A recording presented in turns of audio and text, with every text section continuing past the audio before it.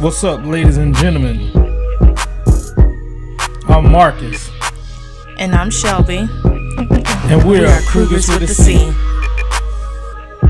We're gonna let the beat ride.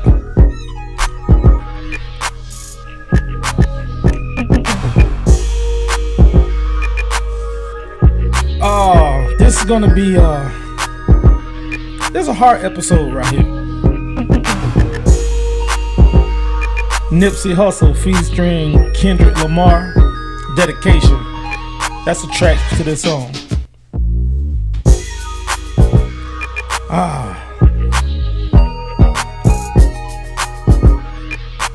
Smooth. Yeah, it is. It's different. Yeah. This sound like him. Yeah. This type of music. Something laid back, you know what I'm saying? But I'm not this is one of those episodes to where it's hard to do. We all know what's been going on in the news with rapper, entrepreneur, philanthropist. Did I say that right? Yeah. Philanthropist. Community hero. Community activist. And let's be real, gang member. Yeah. But you see how all of that other stuff overpowered gang member? In some people's eyes. In some people's eyes. Yeah. In some people's eyes. And but Nipsey Hussle. In reality, it did. Yeah, Nipsey Hussle. Of course, well, it's Sunday the 7th. Today makes a week to the day that the news broke about him getting murdered. And this has been a hard week for me to digest. I ain't even gonna lie. And we're gonna get into this conversation, and we basically just really want to dedicate this show to the legacy of Nipsey Hussle and his family. And I know a lot of people don't even know who Nipsey Hussle is. Mm-hmm. And I just found out about a couple months, I say 3-4 months ago. I would say when his album Victory Lap came out, that's when I got in tune to who he was. Oh. So what's your thoughts? It's just a sad situation, a very unfortunate situation, because I never met this man. I didn't know much of him. Just like you recently, I just knew about him. However, of course he was a gang member, but he did so much for the community, and that's just gonna make me love you regardless. So he was an extremely genuine person, and when I first heard this, the first person I thought about was Lauren London. Yeah. I felt bad for her, and I'm just sad like everybody else. It's just, I don't know. I just feel like, really, him? Yeah. You know, because he did so much, and it wasn't, I guess the reason why I also liked him, he did so much and he didn't have to broadcast it. Yeah. He was very humble. Yeah. And he did like the smallest gestures, the smallest things for people, but they were actually big things. Yeah. So, yeah, it's a sad situation, but we have to keep his legacy going on. Something that he built, something that he has, something that we cannot let die. We have to keep moving forward with it. Right. Even though he's gone physically, we have to keep him. We have to keep him and everything that he wanted and everything that he accomplished going on. Yeah. Let's back up and talk about when the news broke. And I was in the room doing homework. You called me, and you just told me. It said he was shot. Nipsey Hussle was shot and killed. And immediately in my mind, like, I don't process and say, dang, you know, I wait, because we live in the internet age and they kill people all the time.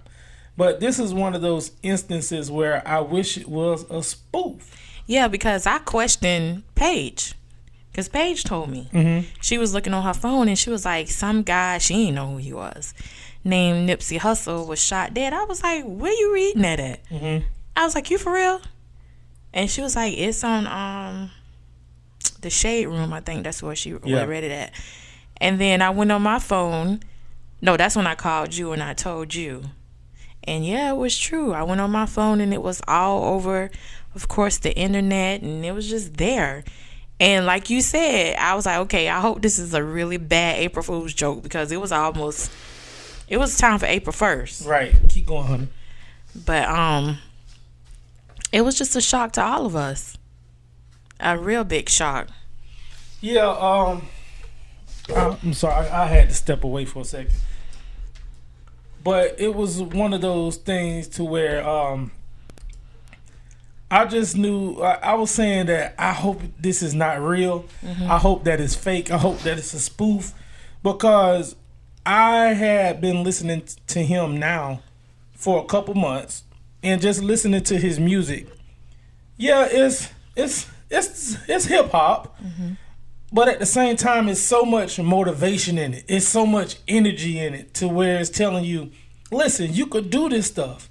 And then once you get into really paying attention to how he operates and how he moves, like you said, the smallest gestures that he did for people. The one story that it was about the lineman. Oh, yeah, the wife. She posted about her husband, came home always talking about a guy that would always come out and bring him snacks or whatever, because he worked in front of Nipsey's store. And come to find out, it was Nipsey Hussle, because she was, of course, it's all over the news. So that's when she realized it was him. But she spoke well of him because the husband spoke well of him. Right. So that's a lineman.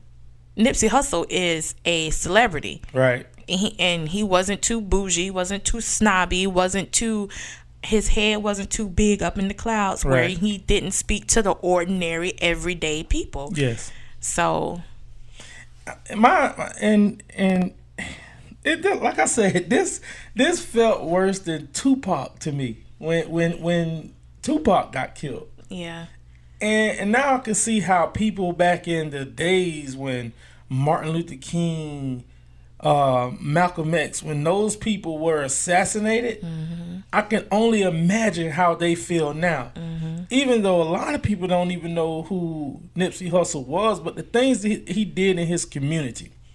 You know, this man was a millionaire. I'm sure he's a millionaire, and he's still in there providing jobs for his community. He could have left. Yeah. He could have left. He could have did like everybody else. He could have been a silent partner, but he was a face in his community. I seen videos where he was on a bus, just got on a bus with the people, like those his people. He was a people person. Yeah, he was on it. Like when you see a celebrity and they didn't shut the bus down.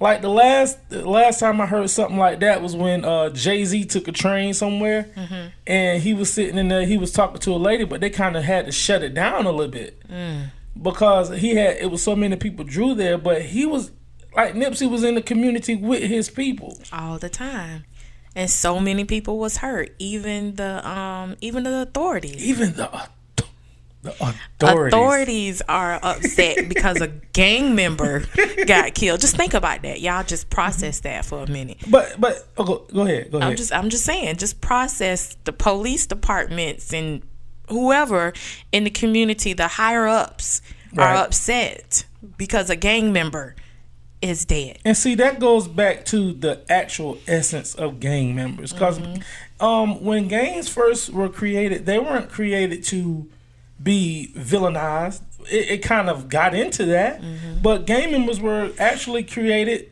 to help better the community.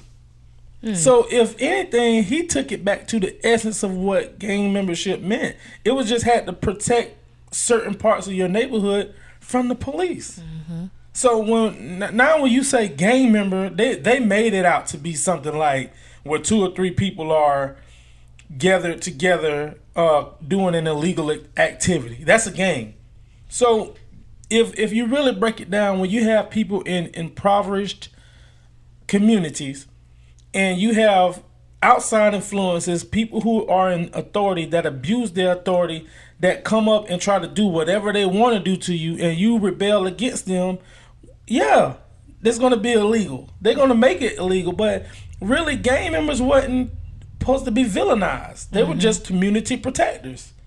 So, yeah, he was a gang member, but it's like he was doing something that, when it come back to what gang membership was, the foundation of it, building up the community, protecting the community. He was giving them options to have more healthier places to eat at, because what healthy place do you know in the neighborhood, in the hood, any hood? Right. Exactly. None.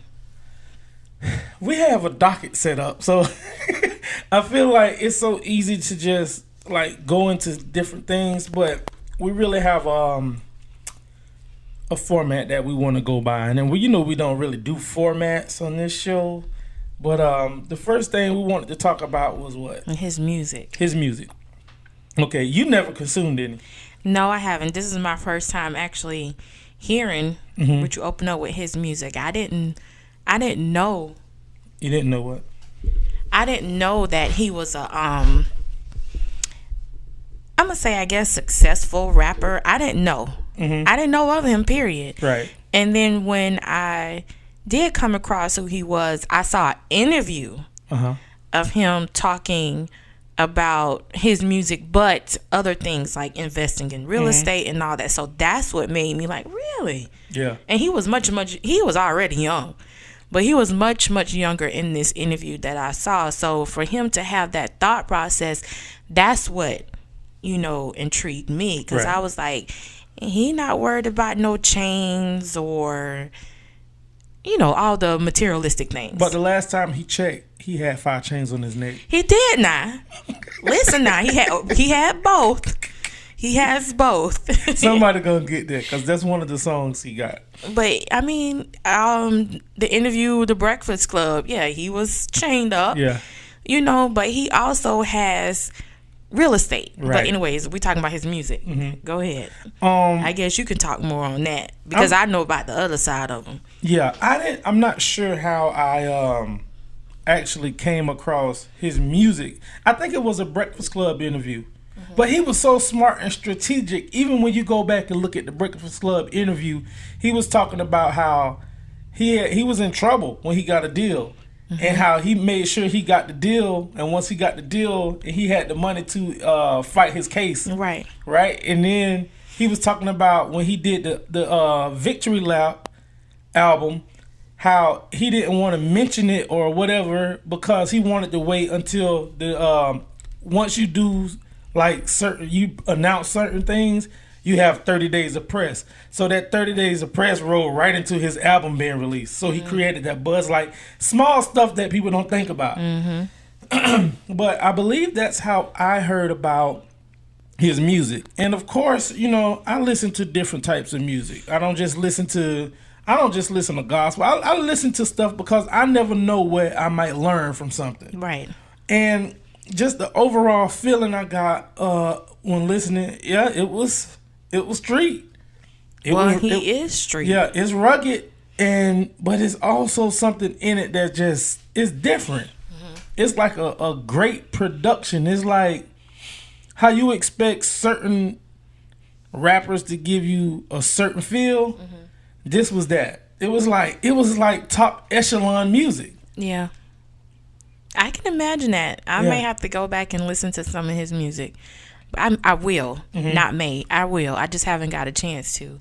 But just knowing him as a person, he seemed like he just wanted to put out excellence. Right. So I can just imagine that his music is like that too. I really enjoyed it, and I'm telling you, like, when it's like music is so powerful, because I felt like a connection. I wouldn't necessarily say a connection to him, but it was a connection to something through that music. But I think that's what he had special about him. He connected with all sorts of people. Yeah. So I think, that's why everybody loved him. Yeah. Because he can connect with the higher ups. He can connect with the linemen. He connect with you, and he connect with any and everybody because he was a humble person. He didn't forget where he came from. Mm-hmm. And one thing I remember, like, I didn't know who he was a while back. Like I said, I just got in tune with him, and I seen this video of these gang members talking. I'm like, dang, that is a smart gang member. Mm-hmm. I didn't know it was him, but like when I seen him, I looked at the clip, and I was immediately drawn in by what he was saying. I was like, dang, that's a smart gang member. Mm-hmm. But it was months later that I just found out, oh, that was him. Oh, okay. I was like, I remember seeing this, but I didn't know who he was at this time. But it was like his message has always been the same. Even when you go back and look at the videos and interviews, his message has always been the same. Mm-hmm. And it was just, I like the guy, and I like his music. So yeah. So mm-hmm. You like them. So what kind of impact he had on you, or do you what he had on the world? I would say unity. I would think that it's a lot to unwrap. Mm-hmm. It's too much for me to just say he did this and he did this. But I think you put it perfect when you said unity, mm-hmm. because he brought gangs together. Right. He brought peace. That one video you showed me.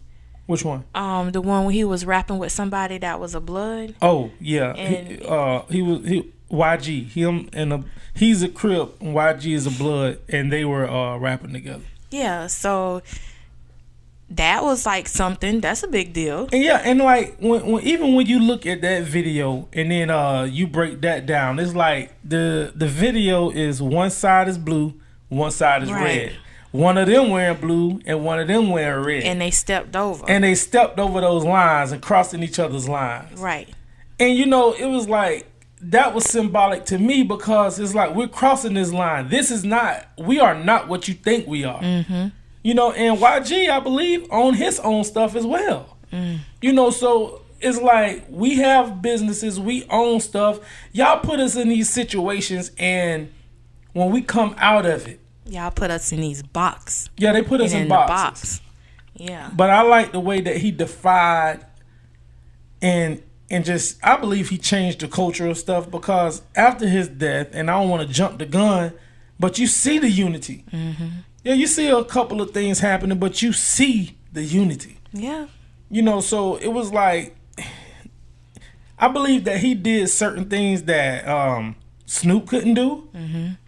Jay-Z couldn't do, but for his area, you know, like he just did things that was very impactful. I think he set things up that way so he can just move freely and do what he want to do. What you mean?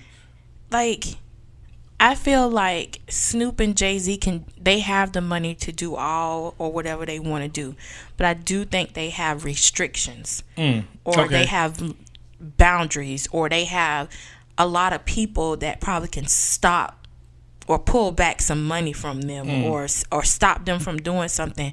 I don't think he was set up that way. I get what you're saying. You know what I'm saying? Yeah. So I think he was able to do whatever he wanted and whenever he wanted. I think Jay-Z and Snoop Dogg can do it too, but they have to probably maneuver a certain way. Yeah, maneuver a certain way, justify, write a proposal, you know. Or be politically correct. Yes. But yeah. That's how I feel. I don't think he had those chains on him. I hate to say it that way, mm-hmm. but I don't think he had those. Right. So. But and also like, he's just this is why exposure matters so much as well, because his father was not from here. His father is African, mm-hmm. and I don't know how to pronounce his ethnicity, but his father is African and his mother is African American. Yeah, but he was talking about how he went overseas, like he went to Africa. He swam in the Red Sea. Like, mm-hmm. that has to be one of like something liberating, to be able to connect with your original roots. Mm-hmm. And also he was at the Mayan ruins in one of his videos. Like, it's like certain stuff, like that's spiritual stuff. And it's like once you have that exposure to certain things, you see things differently. Yeah, he was real. I don't know if he had a degree, but I feel like he was a very knowledgeable, educated man. From his music, he said he quit school. Oh. Okay. He quit school and taught himself. Well, yeah, and that's another thing, too, that I found interesting about him. On the Breakfast Club interview, he kept saying that he researched. He researched. That should be a lesson in itself. Right. These young men, young women should understand that you have to go do it for yourself. And you have to research. You have everything at your fingertips. Research. This man researched and researched. And studied. Yeah, those were the two words that he used. Research and study. But then again, he dropped out of school. But y'all got all this education and still don't want to work hard. But this man researched and studied. That's the main thing that you're supposed to do in your life, because you don't need nobody else telling you, because they can tell you what they want you to know. Yeah, and it's also free thinking. Yes. Because in school, you have a certain syllabus or guideline that you have to follow. But following what he knew he wanted to do, because when I look back over these videos, he knew he wanted to do music. He knew he wanted to do music, and he knew he wanted to take care of his people.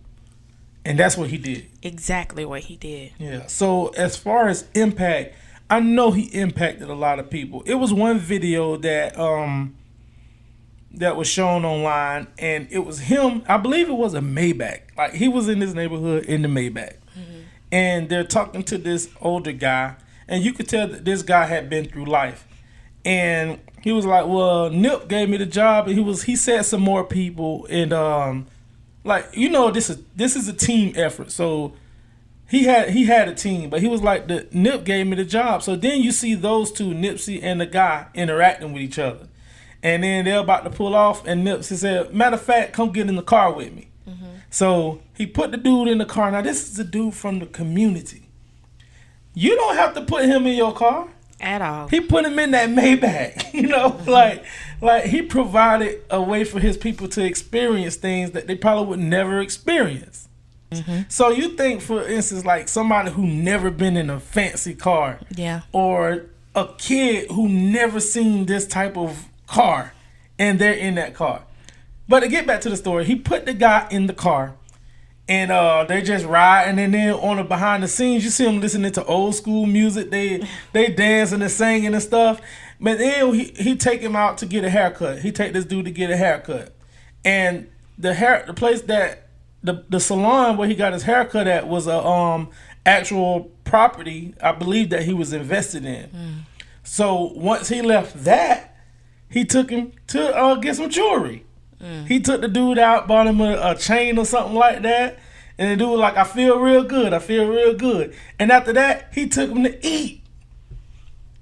And they was like, get whatever you want, man. Like, you know what that'll do for somebody? That'll make you feel good. Yeah. Like, it ain't even the fact that, like, I got it, so it's like, I got it, so you got it. Yeah. Yeah. We all been hurting, but right now I got it, so y'all on too. That's what he was doing. That's the impact. He was saying, listen, I have it now. I got this platform. I'm bringing y'all with me. Now, with certain places everybody can't go, but I'm going to look out for y'all. And that's like a lot of us would say, if I do this, I'll give that. And then once we get it, it look different then. Yeah. We don't do it. But this man was... We soon forget. Yeah. He was doing it. I know. You told me about... it was a video when he had his grandma in the man, imagine putting your grandma on a private jet. And yeah, okay. Imagine putting your grandma on a private jet and y'all drinking champagne. You and your grandma. Not you and your mama now. This your mama. Yeah. Like, grandmas connect different. Yeah. They do. Like, your grandma, ain't no telling what his grandmother done seen. She probably never experienced that, like, imagine that in her life. I'm on a private jet. Yeah. I'm on a private jet drinking champagne with my grandson. Just that alone, and that was another thing that really pushed me over the edge. And was like, I like this dude. Yeah. Like, because I never I could never do that because my grandma not here. Mm-hmm. You see, so I would never be able to do that, but he did it. Yeah. He was a very cool guy. Yeah, I'll let you go because I feel like I'm taking over the... I think you done said everything I wanted to say. Mm-hmm. And I just, like I said earlier, I just like the fact that he was so involved in his community. Mm-hmm. And that's just a major impact right there. When you give back to your community and you let them know that you can do it, or whatever he did, whatever he owned, that's just showing people that you can do it too. Here, welcome. This is for y'all. Yeah. You know, I'm doing this for y'all. I haven't forgot about y'all. That's deep. Yeah, I'm doing this for us. Yes, that is deep. Because he could have been, where he was? L.A.? It was in L.A. Slauson. Yeah, he could have been, where is Beverly Hills? Is that in L.A.? Yeah, it's in California. Yeah, well, it's somewhere. I don't know. He could have been. I've never been. He could have been in the bougie part of LA, but no, he stayed where he was from. Mm-hmm. And he, I don't know if he did, but it didn't seem like it when he was at his store. He didn't have a big old entourage. You know how everybody have entourages and stuff. No, I don't know if he did. No, but it was a video that said that he just was stopping up there that day just to stop by to make a quick run. Yeah. It's just now that and I want to be respectful, and I really wanted to wait to do this podcast because I don't care about being first to say something. Mm-hmm. I care about being respectful. Right. You know, so that's why I waited, and plus I was dealing with a range of emotions when it came down to this. Like I was upset for a few days. Yeah. And then to actually look at that footage and just see how. Yeah. I don't want to highlight that. I don't want to get dark. Yeah, that all of that is because that's what like kept you there. Yeah. Because you just imagine the family can't even grieve if we can't. The whole world, people that don't even know him. Right. Just imagine what the family can go through because it's everywhere. Everywhere. Phones, cameras, it's everywhere. Right. You know, I mean. Lauren London couldn't even have a private moment. Nope. Somebody recorded that. It's everywhere. But yeah. Even though technology was bad, because of that aspect, technology was good because they were able to catch the person. Yeah. And I'm not giving him no light. At all. You know, so I don't want to get dark, but I wanted to wait to do this because I wanted to be respectful. I didn't want to be just first to tell something like this, and I wanted to be able to see how I would process. Yeah, and also I feel like we can put it out there in a positive light because a lot of people don't know about him. I'm pretty sure they do now. Nope, and no, they don't. Well, let me make my point because it was on Yahoo when he passed away. Mm-hmm. And somebody commented, don't know him, but I listened to his music. He wasn't a very inspiring person. Okay, what did you listen to? What did you read? What did you do? So I think that's what we're doing. We're putting it out there that, yes, he was a gang member. Yes, he had that music. He was a product of where he came from. Let me stop you right there. I got to cut you off because gang member wasn't bad. Right. But that's what that person saw. Yeah, but when we say gang member, it sounds so negative. It sounds, does it not? Yeah. Because even when you say, yeah, he was a gang member, but you shouldn't have to justify that. Because if we could ever, and I think one of his missions, I can't speak for him and what he meant about gang culture, but when you go back to the basis and foundation of gang member, it was community protection. Mm-hmm. And it was to keep violence from the oppressor out. Yeah, so that's what I'm trying to say. We putting this out there so people can understand because that person was just flat out ignorant. Right. Flat out ignorant. I mean, I'm pretty sure that person didn't do any more research to see who the actual man was. Oh, I think, but Boosie said this. Most rappers die in their own neighborhood. We think about X. Where did he die? Mm-hmm. His own neighborhood. Mm-hmm. You know, so Jam Master Jay. I don't know about that one. He was in DJing, but he was in New York. Oh, okay. So if I make sure my fact check me, y'all. If I'm wrong, let me know. But I think he was. Now that you say that. But it was like most people die in their hometown. But for this case, like, I have to look at it and I'm trying to figure out, like, I went into bargaining. Honey, I went through the 5, his levels of grief. Mm-hmm. I went through those. Like, don't let it, you went through bargaining, depression, acceptance, and I think the only thing that helped me to accept it is that he fulfilled his mission. He woke up a lot of people. Yeah, he did. And not even talking about the health aspect of it, the documentary that he was doing on Dr. Sebi. Sebi. But I've been knew about Dr. Sebi, but I just didn't, the light wasn't on it like it is now. Because we knew about him from, I don't know about you, but I knew about him from Lisa Left Eye. Yes, that's how I first knew about him. And then, like, after Nipsey passed away, I was looking at it. Then somebody see me and say somebody else was looking at that same thing. Yeah, he going back to Jam Master Jay. Yeah, he died in New York. Yeah, Jamaica, Queens. Yeah, okay. So it's like he woke up a lot of stuff. Now, how long are you guys going to go forward? Like with this, we can't let it stop. It's just like Martin Luther King or whatever. That fight. Mm-hmm. Once he left, everybody. It kind of trickled away. So we got to do our part in keeping the unity, bringing unity, because he made strides and efforts. Like, yeah, he did. Yeah. With a lot of people. Yeah. So I guess we can go ahead and talk about the man. Mm-hmm. I think we probably did. Who he really was and is, or we can just go on to say, like you said, we need to keep it going. Yeah. Because he did open up our eyes to a lot. You don't have to stay in this box that people put you in. Yes, he was from, where was he from? Crenshaw. Yes, he was. He probably did a couple of things. I'm gonna put it like this: he was a product of his environment. Yes, because that area. But he didn't let that define him. But it did define him. Yeah, he was a gang member. He represented where he was from, but he took that energy and turned it into something positive. Mm-hmm. Okay, I guess I should say he didn't let it define him in a negative way. Right. He took all that energy and knew what he wanted to bring to his area, his community, his people, and he did it.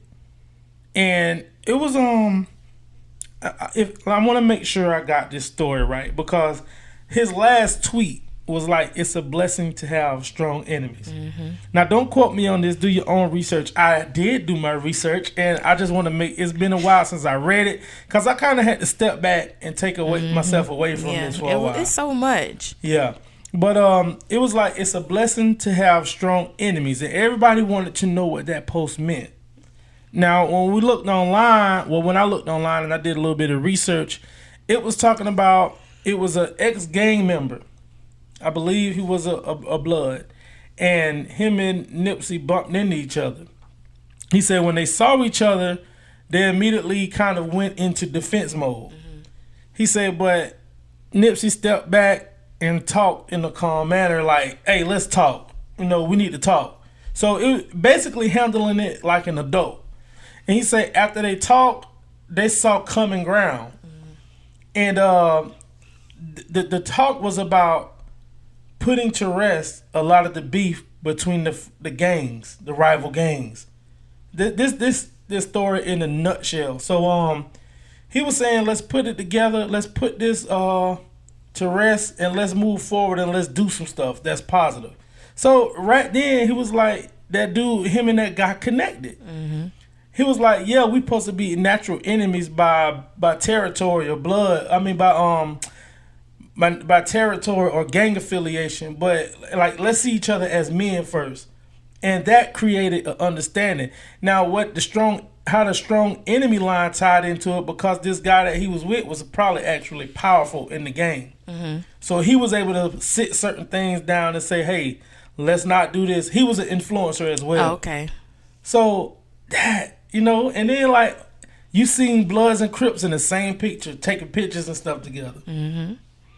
And then the other thing he had with the police. Yeah. Yeah. Like last Monday, he was supposed to go sit down with LAPD. Really? I didn't know that part. Yeah. They were supposed to have cause Nipsey sent them a email setting up a date. Like the day after he got killed, he was supposed to go. He got killed on Sunday. Monday, he was supposed to go sit down with LAPD and do what? And talk about what? Just talk. Violence, gun violence. I did not know that one. Yeah. That's shocking. I didn't know that. They read the whole email on the news. Really? Yes. I need to go find that one. I didn't know that one. Yeah. Huh. So I'm just saying, like, I know the city of LA is hurting. Like it's been a week. And I come to grips with it. You know. So if I feel like this, I hope that his family is in good spirits, and then he got children. You know, so you never know when it may be your time. You never know. No, you don't. You never know. But I would like to say that Nipsey Hussle has really inspired me in a way that I could live my life and just be true to me. You know, and just be open to hear people, because I think so many, like, if I was not open to be like, what's all the fuss about this guy, I would have never heard his music. Right. I would have never got to experience like the things that he was doing, like while he was alive. That makes sense. Yeah. If my mind wasn't open to that, I'd have shunned him and be like, I ain't listening to that. Yeah. But I got the chance to like experience the energy while he was here with us. You got to know the man. Right. That's what it was. So yeah, that's my take on it. What you got to say? He just inspired me in a way that you don't have to do a lot to give. It don't have to be so much, so extravagant. Right. You know, the little things. And you could take, like I always say, you could take those baby steps. And he helped in every area, even though if it was small, it was big, it was large, it was extravagant. He helped on every level. So that's what I learned from him, and about staying motivated and focused and researching and studying what you want to do to have your own. So yeah, that's what I got from him. Yeah, like I say, it was a hard pill to swallow, and I just know that I just pray that his legacy really lives on in a positive light, and that the things that he's setting forward gain feet, and they continue to grow. So that's me. That's what I have to say. I want to give peace and thoughts to his family, to Lauren London, even though I don't know her, you know. Yeah. But it's just like certain stuff that, you know. But you can just see them together. You can see they had a chemistry. Yeah. I can tell that. Yeah. Yeah. So this dedicated to Nipsey Hussle. It's a sad situation, but keep the legacy alive. Pray for those people in LA that was affected by this, his neighborhood, and I just pray for peace, and that his legacy grows, and that his family be straight. We stay united. Yeah. So, any closing remarks, benedictions? Nah, I think you wrapped it up well, honey. All right, then. Well, until the next time, I'm Marcus. I'm Shelby. And we're Crugers with a C.